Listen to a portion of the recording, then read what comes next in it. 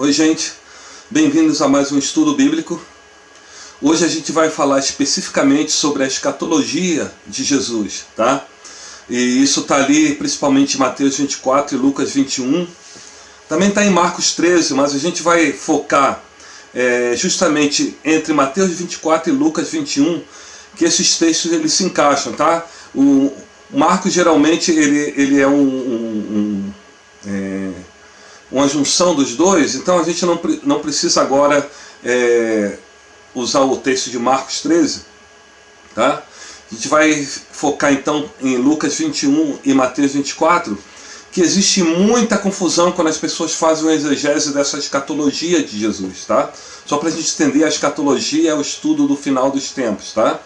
E porque é muito importante, de extrema importância a gente entender essa escatologia, porque saiu da boca do próprio Jesus, tá? Então o que sai da boca do próprio Jesus a gente tem que olhar com muito cuidado, porque ali existem revelações muito preciosas para a gente entender o tempo que nós estamos vivendo e a gente para se preparar para a vinda do Senhor ou o arrebatamento da igreja, ok? Só para ficar entendido, então, a confusão que as pessoas fazem nesse texto, nesses dois textos, e faz uma confusão exegética sobre esses dois textos de Mateus e Lucas, é porque eles desprezam pontos cruciais ali para a gente poder fazer uma exegese perfeita.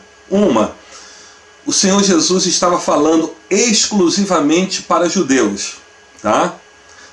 A escatologia ali é exclusivamente para os judeus, porque a igreja ainda não tinha existido naquele momento. Então Jesus não podia revelar nada sobre a igreja, porque a igreja ainda não tinha sido concebida, tá? E outra coisa também, a gente tem que lembrar que Jesus ele falou que ele veio para os judeus primeiro, tá? Então tudo que ele falou ali foi para os judeus. E outra coisa, Jesus respondeu a 3 perguntas dos discípulos, tá? Então a gente tem que basear a exegese nessas 3 respostas que Jesus deu para 3 perguntas dos discípulos, que inclusive eles não sabiam nada sobre a igreja, eles só tinham escutado de Jesus um pouquinho antes que Jesus iria fundar a igreja dele, mas eles não tinham noção absolutamente do que seja. Então, para vocês terem ideia, Jesus estava respondendo a 3 perguntas dos discípulos que não sabiam, desconheciam que a igreja ia ser concebida, tá? Então vamos ler aqui em Mateus 24, começando do 1. E quando Jesus ia saindo do templo, aproximaram-se dele os seus discípulos para lhes mostrarem a estrutura do templo. Jesus, porém, lhes disse: não vedes tudo isso? Em verdade vos digo que não ficará aqui pedra sobre pedra que não seja derrubada. Estando assentado no Monte das Oliveiras, chegaram-se a ele os seus discípulos em particular, dizendo: dize-nos, quando serão essas coisas, e que sinal haverá da tua vinda e do final dos tempos? Então a gente vê aqui que os discípulos fizeram 3 perguntas ao Senhor. Por quê? Primeira coisa, eles mostraram a estrutura do templo para Jesus, tá? A estrutura do templo de Herodes nessa época era uma estrutura grandiosa. Então Jesus deu uma resposta para eles inusitada, que eles não entenderam bem e ficaram meio chocados com aquilo, né? Jesus falou: olha, virá tempos que não ficará aqui pedra sobre pedra. Quer dizer, olha, vocês estão vendo essa estrutura? Tudo isso aqui vai vir abaixo. Entenderam? Então os discípulos ficaram admirados com aquilo. Jesus só falou aquilo. Acabou, parou por aí. E um tempo depois, os discípulos chamaram ele em particular, porque eles ficaram curiosos com aquilo que Jesus tinha falado, que aquele templo todo ia ser derrubado. Entenderam? Aqui que começa a nossa exegese, tá? A gente tem que pegar o fundamento do que se disse para a gente fazer uma exegese e não ficar viajando por aí, tá? Então, o que acontece aqui agora? Eles chamaram Jesus em particular e fizeram 3 perguntas ao Senhor. 3 perguntas. Mestre, quando irá acontecer essas coisas? quais vão ser os sinais da tua vinda e o fim dos tempos. Vocês viram aqui que não existe nenhum arrebatamento aqui em pergunta nem resposta. Porque eles perguntaram a primeira coisa: quando é que o templo seria derrubado? Primeira pergunta. Segunda pergunta: qual é o sinal da vinda de Jesus? Porque eles já sabiam que Jesus era o Messias, tá? E que Jesus viria para restabelecer o reino de Deus aqui na terra. Tá? Aqui não existe arrebatamento nenhum. Tá?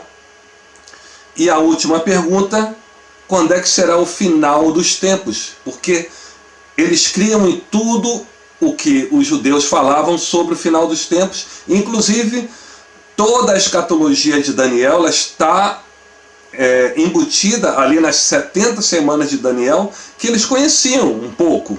Tá? Eles não eram escribas, não eram fariseus, mas aquilo ali estava incrustado, inclusive na cultura judia, né, que eles tinham o Pentateuco, que era o livro da lei, que são os 5 livros de Moisés, e o livro dos profetas, tá? Que eles liam nas sinagogas.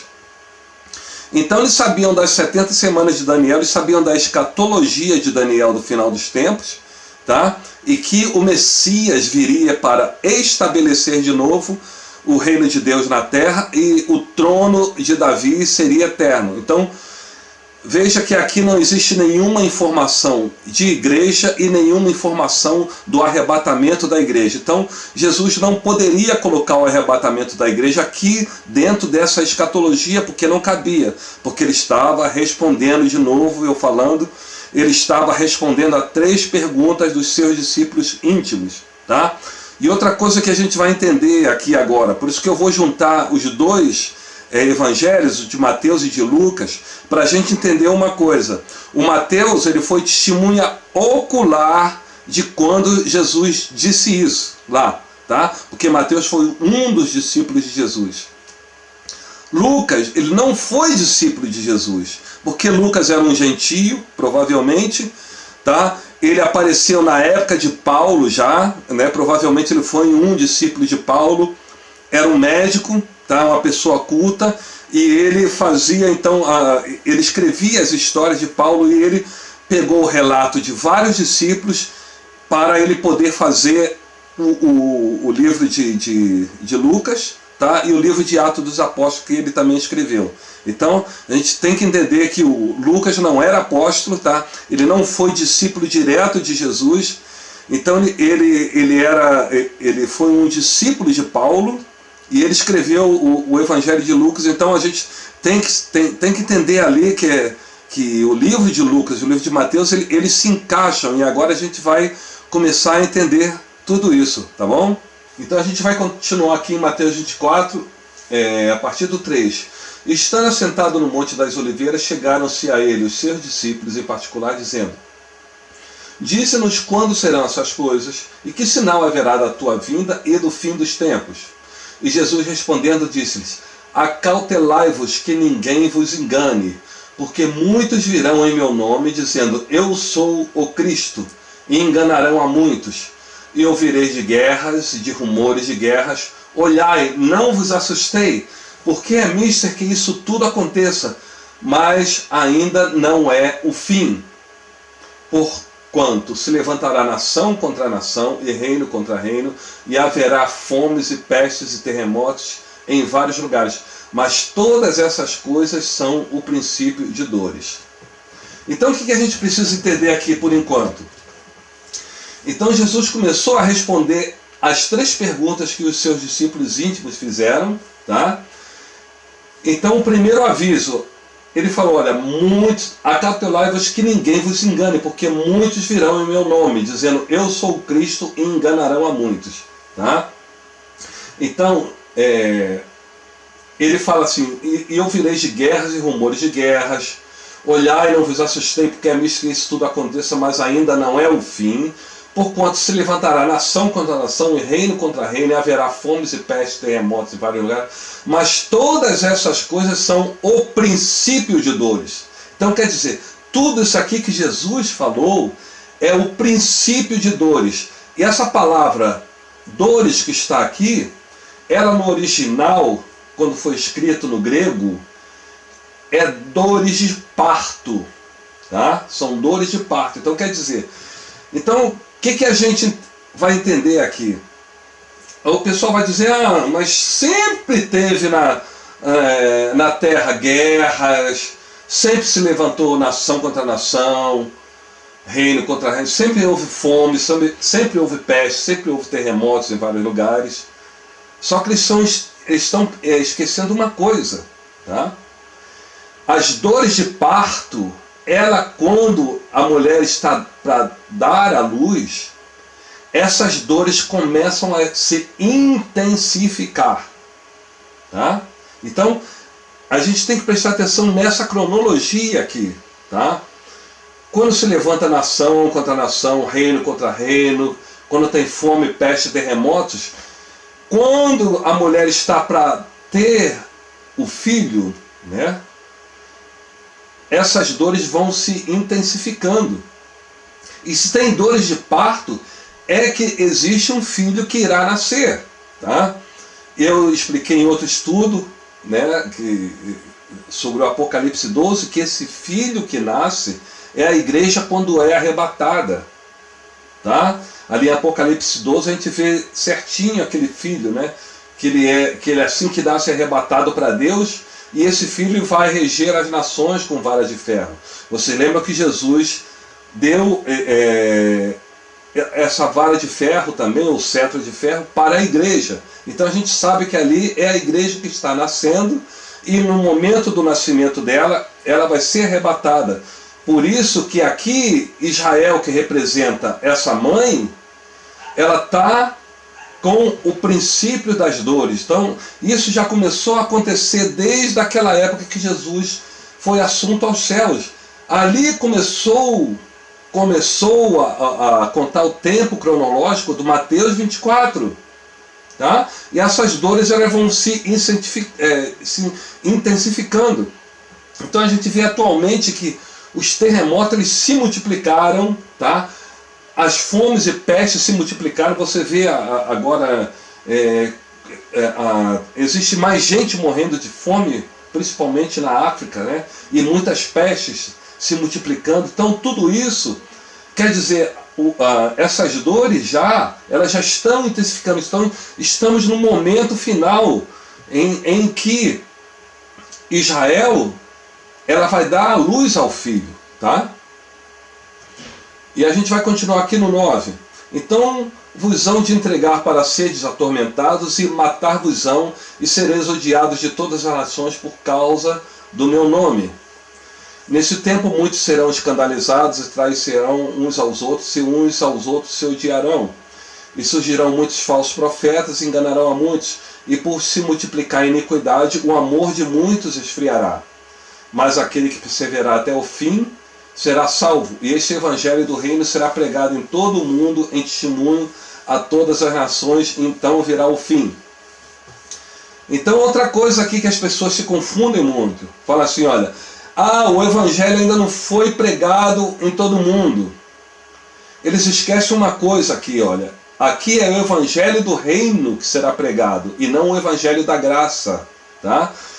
A gente tem que entender que na grande tribulação o evangelho do reino ainda continuará a ser pregado, tá?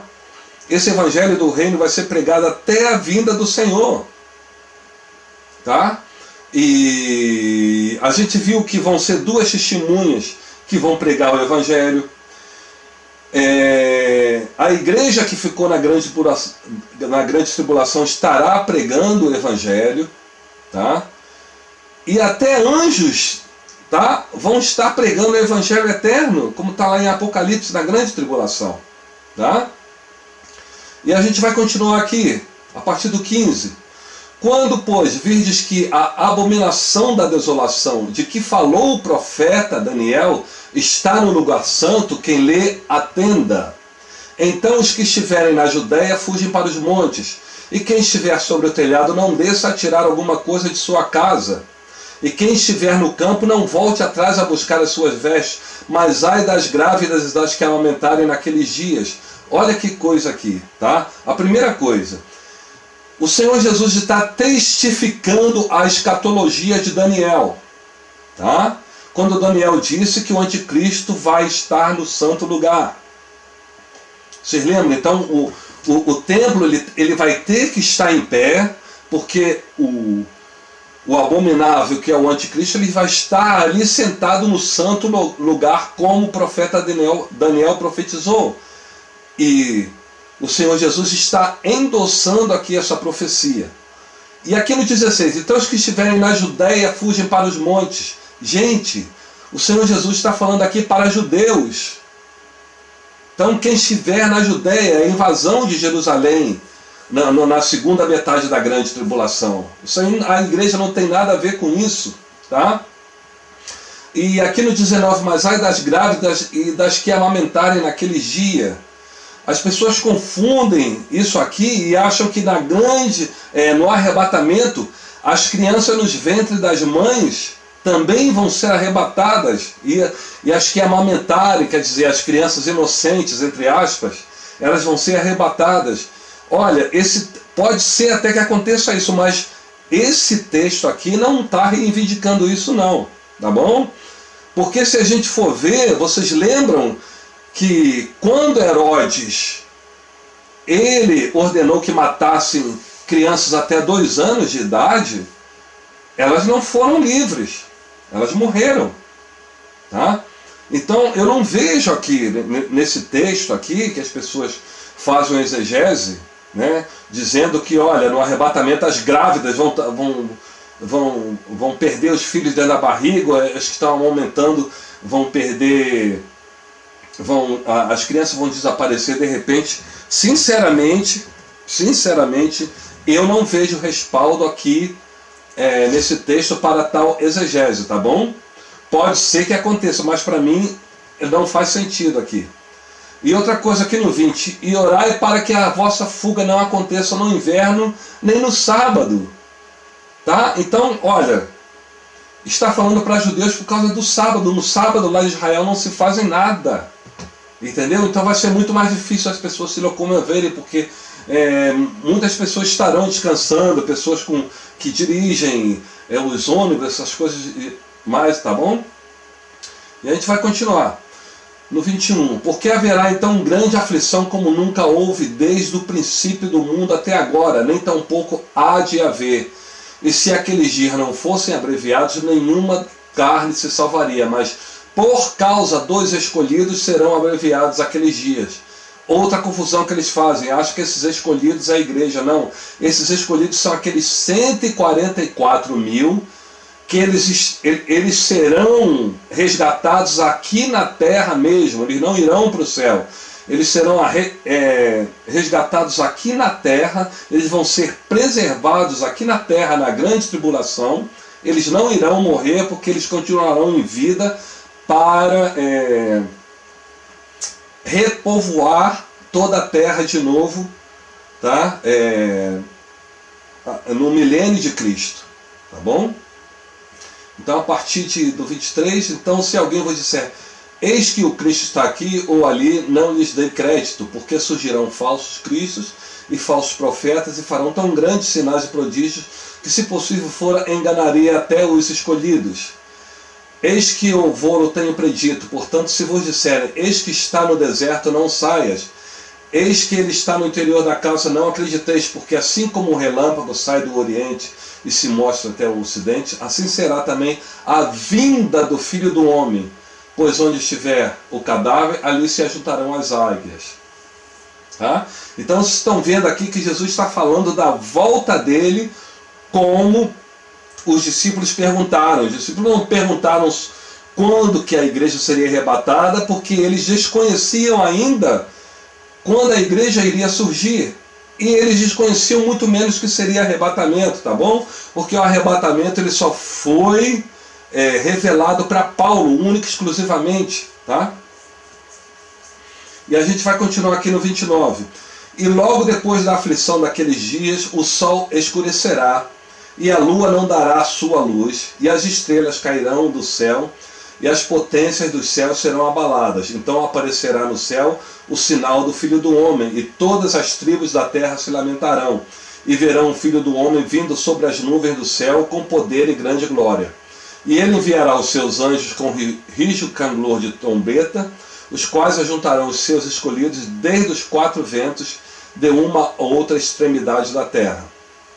Então a gente vê aqui mais especificamente, tá, que o Senhor Jesus está falando da volta dele aqui na terra. Ele não está falando do arrebatamento. O arrebatamento é o encontro da igreja nas nuvens com Cristo. Aqui não, ele está voltando, tá, no final da grande tribulação. E aqui em 32 até 35, aprendei, pois, essa parábola da figueira. Quando já os seus ramos se tornam tenros e brotam folhas, sabeis que está próximo o verão. Igualmente, quando virdes todas essas coisas, sabei que ele está próximo às portas. Em verdade vos digo que não passará essa geração sem que todas essas coisas aconteçam. O céu e a terra passarão, mas as minhas palavras não hão de passar. Então a gente vê aqui alguns enigmas que o Senhor Jesus deixou. Primeiro, por que ele usou a figueira? Vocês lembram que a figueira foi o único elemento biológico falado nominalmente lá em Gênesis, porque ele tinha algum sentido. A figueira representa Israel. Vocês lembram que Adão e Eva, eles cozeram folhas de figueiro para poder se vestirem, porque eles sentiram que estavam nus, quer dizer, eles perderam a vestimenta de justiça deles. Então eles tentaram, vamos dizer assim, ser justos, se cobrindo com folhas de figueira, tá? Então a gente tem que entender que, igual a primeira aliança de Israel também, que era uma aliança de sangue, né, de animais, também era uma aliança passageira, tá? Então a gente faz essa junção da figueira com Israel por isso, que as leis da primeira aliança, elas não são perfeitas, tá?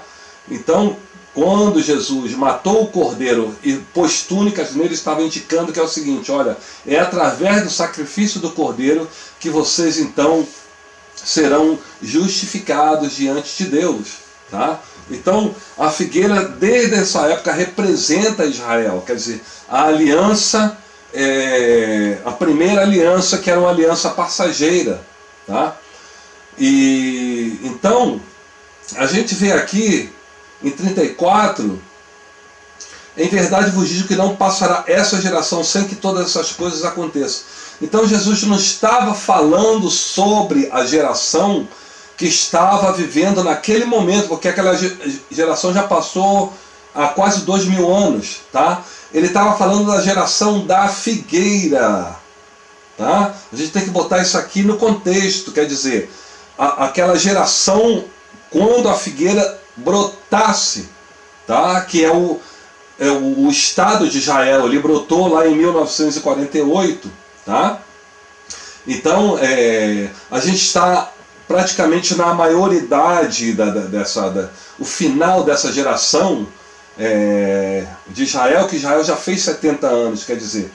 Então essa geração que Jesus disse que ela não iria passar sem que essas coisas aconteçam. Então é nessa geração agora de que Israel está fazendo 70 anos que todas essas coisas que está aqui escritas em Mateus 24 acontecerão. Mas vamos nos lembrar de uma coisa: a igreja não está inserida em nenhum desses contextos, porque o Senhor Jesus veio para pregar o evangelho do reino, ele estava falando para judeus e estava respondendo a 3 perguntas dos judeus, discípulos deles, que eles desconheciam a igreja e desconheciam o arrebatamento, tá? Então a gente vai continuar aqui no 36. Mas naquele dia e hora ninguém sabe, nem os anjos do céu, mas unicamente meu Pai. E como foi nos dias de Noé, assim será também a vinda do Filho do Homem, porquanto assim como nos dias anteriores ao dilúvio, comiam, bebiam, casavam-se, davam-se casamento, até o dia em que Noé entrou na arca. E não o perceberam, até que veio o dilúvio e os levou a todos. Assim será também a vinda do Filho do Homem. Então, estando dois no campo, será levado um e deixado o outro. Estando duas moendo no moinho, será levada uma e deixada outra.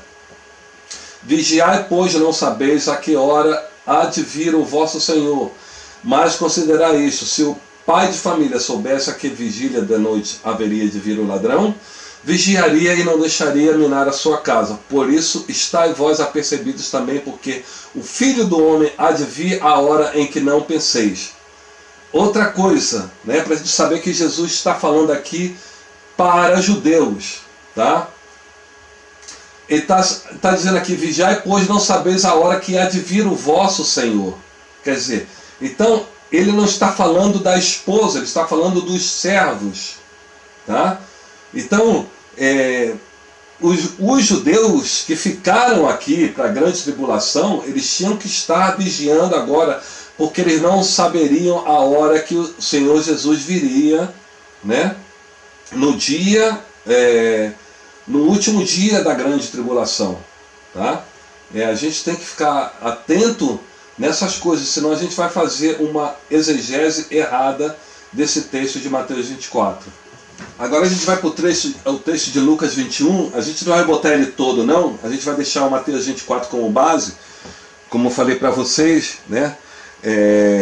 Mateus merece um pouquinho mais de credibilidade nos contratempos aqui dessas duas explicativas, porque ele estava lá presente quando o Senhor Jesus falou isso, tá? Mas aqui é um detalhe, a gente vai aqui no Lucas 21, o 11, começa aqui no 11, e haverá, do 10, a gente começa no 10. Então ele disse: levantar-se-á nação contra nação e reino contra reino, e haverá em vários lugares grandes terremotos e fomes e pestilências, haverá também coisas espantosas e grandes sinais do céu. Aqui no 12, preste atenção nesse detalhe: mas antes de todas essas coisas, lançarão mão de vós e vos perseguirão, entregando-vos às sinagogas e às prisões e conduzindo-vos à presença de reis e presidentes por amor de meu nome. Então quer dizer, olha só, antes dessas coisas acontecerem, quais são as coisas? Levantar-se-á nação contra nação, reino contra reino, haverá em lugares grandes terremotos e fomes e pestilências, haverá também coisas espantosas e grandes sinais nos céus. Antes dessas coisas acontecerem, lançarão mão de vós, quer dizer, ele estava falando aos discípulos, e isso aconteceu à risca, porque todos os discípulos do Senhor foram martirizados, entregues às sinagogas, foram presos, foram conduzidos à presença de reis e presidentes, no caso Paulo, tá? O próprio João foi preso na ilha de Patmos, ficou lá sozinho, solitário, tá? Então aqui um detalhe que Mateus 24 não fala, então por isso que a gente precisa fazer uma junção dos relatos, para a gente não ficar fazendo uma exegese apenas em um texto bíblico, tá? É por isso que muitos exegetas erram as exegeses dele quando eles se firmam em apenas um texto. A gente tem que ir fazendo uma correlação de textos para descobrir as coisas misteriosas reveladas na Bíblia, tá bom? A gente vai olhar agora para outro texto, né? Continuando o texto de Lucas 21, a partir do 21 até o 24. Então, os que estiverem na Judéia fujam para os montes, os que estiverem no meio da cidade saiam, e os que nos campos não entrem nela, porque dia de vingança são estes, para que se cumpram todas as coisas que estão escritas. Mas ai das grávidas e das que criarem naqueles dias, porque haverá grande aperto na terra, e ira sobre este povo, e cairão a fio da espada, e para todas as nações serão levados cativos, e Jerusalém será pisada pelos gentios, até que os tempos dos gentios se completem. Aqui também existe outro erro de exegese, quando alguns né? Em algumas denominações eles falam assim, oh, isso já aconteceu, isso foi no ano 70, Jerusalém foi invadida, né? Muitos caíram a fio de espada e foram levados para todas as nações e foram levados cativos. Sim, isso aconteceu, tá? Mas ali no 22 existe um detalhe, porque dias de vingança são estes, para que se cumpram todas as coisas que estão escritas. Mas ai das grávidas das que criarem naqueles dias, porque haverá grande aperto na terra e ira sobre este povo. Então, olha só, naquele dia, naquele ano 70, quando o templo foi derrubado, Jerusalém foi invadida e mataram um monte de judeu a fio de espada, e as mulheres foram levadas cativas como escravas sexuais e tudo mais, não haveria grande aperto na terra. Aquilo ali foi exatamente somente em Jerusalém, tá? A gente tem que ver todo o contexto. Aqui está falando da segunda invasão de Jerusalém, que será na segunda metade da grande tribulação, tá? Quando o anticristo vai invadir Jerusalém com todas as nações, e vai acontecer exatamente tudo isso, tá? Então, por que as grávidas e as que criaram naquele dia? Porque você imagina uma grávida, ela tem dificuldade de se locomover, tá? E inclusive a que está criando também, a mulher está convalescendo, então, né? Então ela não consegue fugir com velocidade, tá? Então, para a gente entender aqui esse contexto, tá? Que isso vai acontecer exatamente na segunda metade da grande tribulação, quando o anticristo invadir Jerusalém, né? E matar um monte de judeu, mas um monte deles vão fugir, exatamente para a gente entender agora o que está acontecendo nesse contexto, tá? Então a gente vai para um outro texto de Lucas, aqui 17, do 26 a 36, para a gente confirmar que aquela coisa de 2 estarão no campo, um será tomado, outro deixado, 2 estarão na moenda, uma será tomada, outra deixada, aquilo ali não tem nada a ver com a igreja, tá? Isso aqui são aqueles 144 mil judeus que eles serão tomados, separados do povo judeu naquele momento, tá? São os escolhidos. Aqui em Lucas 17, 26, 36 a gente vai ver isso melhor, olha só. E como aconteceu nos dias de Noé, assim será também nos dias do Filho do Homem. Comiam, bebiam, casavam e davam-se em casamento, até o dia em que Noé entrou na arca. E veio o dilúvio e os consumiu a todos, como também da mesma maneira aconteceu nos dias de Ló. Comiam, bebiam, compravam, vendiam, plantavam, edificavam, mas no dia em que Ló saiu de Sodoma, choveu do céu fogo e enxofre, e os consumiu a todos. Assim será no dia em que o Filho do Homem se há de manifestar. Naquele dia, quem estiver no telhado, tendo as suas alfaias em casa, não desça a tomá-las, e da mesma sorte que estiver no campo, não volte para trás. Lembrai-vos da mulher de Ló: qualquer que procurar salvar a sua vida, perdê-la-á, e qualquer que a perder, salvá-la-á. Digo-vos que naquela noite estarão 2 numa cama, um será tomado e outro será deixado. 2 estarão juntas moendo, uma será tomada e outra será deixada. 2 estarão no campo, um será tomado e outro deixado, tá? Então a gente entende aqui que aqui está falando sobre exatamente na vinda do Senhor Jesus, quando ele vier estabelecer o milênio. Aqui está falando sobre a vinda dele, tá?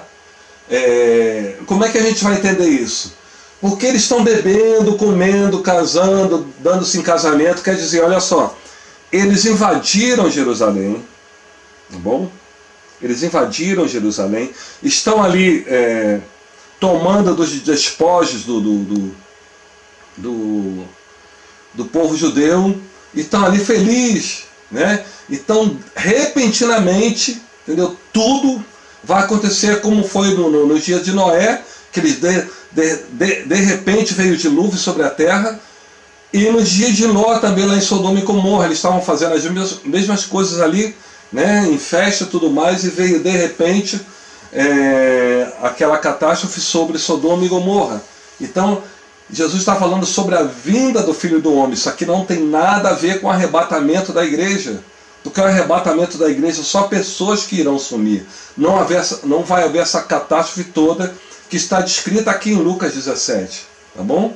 Então a gente vê aqui que nesse momento, ali, né, no 36, né, duas estarão juntas, moendo, uma será tomada, outra deixada. Isso aqui é exclusivamente para os escolhidos que serão separados do povo judeu. Os judeus escolhidos vão ser separados do povo judeu.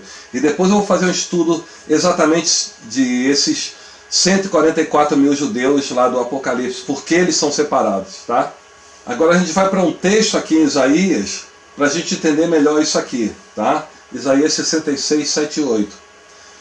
Antes que estivesse de parto, deu à luz.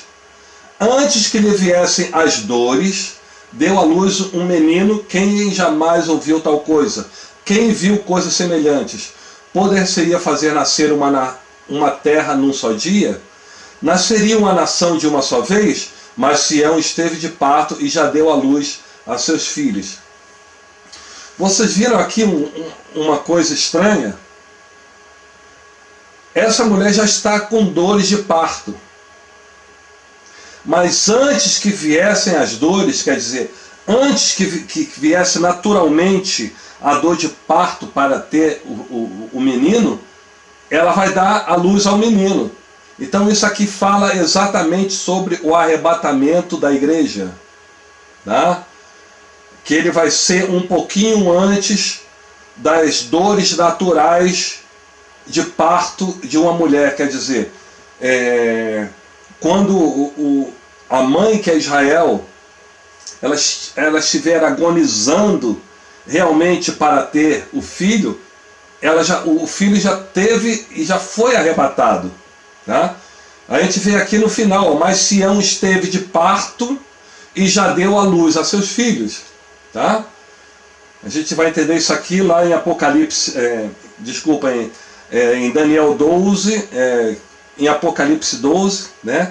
Quando o anjo faz uma distinção para Daniel dos filhos do povo dele e do povo dele. Tá? Estão no mesmo contexto.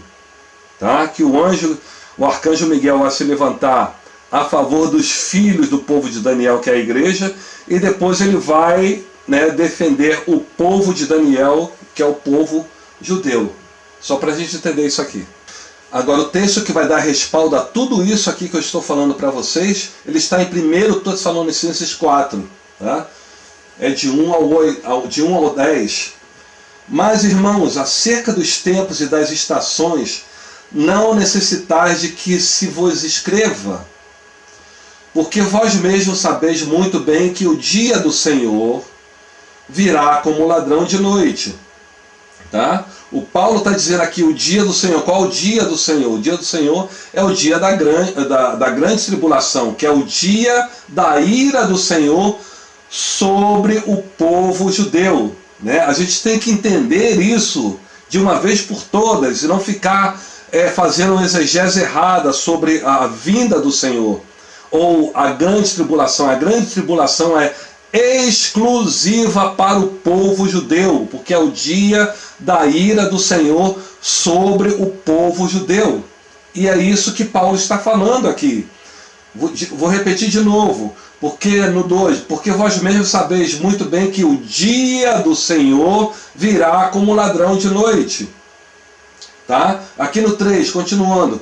Pois que, quando disserem a paz e segurança, então lhe sobrevirá repentina destruição, como as dores de parto àquela que está grávida, e de modo nenhum escaparão. Tá? A gente tem que entender de novo aqui. Paulo está usando de novo essa tipologia das dores de parto, que é Israel. Ela está grávida. mas ela já teve o bebê, vocês lembram disso, tá?